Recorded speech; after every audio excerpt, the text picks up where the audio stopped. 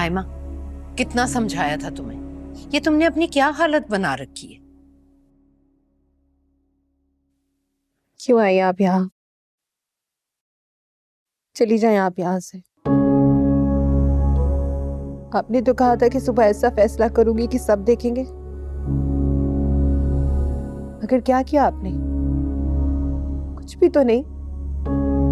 देखो आयमा, मैं समझ सकती कुछ हूँ। नहीं समझ सकती आप, और ना ही आपने कभी समझा है। हमेशा हमेशा आपने मुझे और मेरी माँ को बेघर होने का एहसास दिलाया, और कल रहती सहती कसर आपके बेटे ने पूरी कर दी।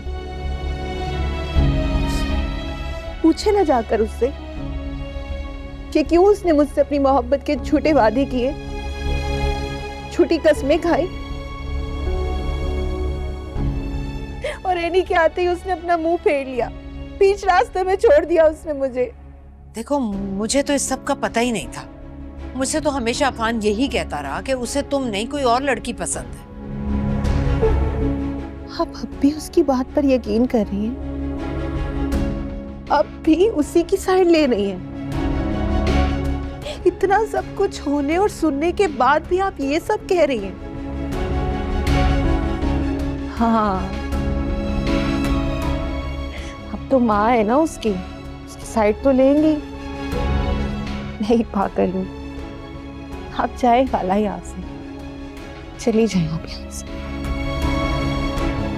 और मेरे जख्मों पर नमक मत छिड़के, इसलिए ऐसे ही रहने दें,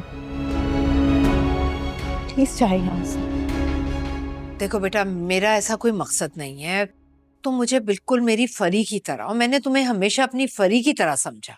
नहीं नहीं खाला, मैं फरी की जगह कभी नहीं हो सकती, और ना ही आपने मुझे कभी फरी जैसा समझा है।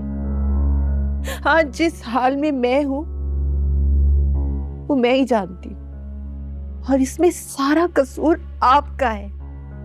आप ही ने उन दोनों बहनों को इतनी शय दे रखी है, हमेशा उन्हें सीने से लगा के रखा है, और आज पूरा घर उनकी उंगलियों पर नाच रहा है। ऐसा ना पहले कभी हुआ है और ना अब होगा। उन दोनों बहनों को तो मैं पूछूंगी।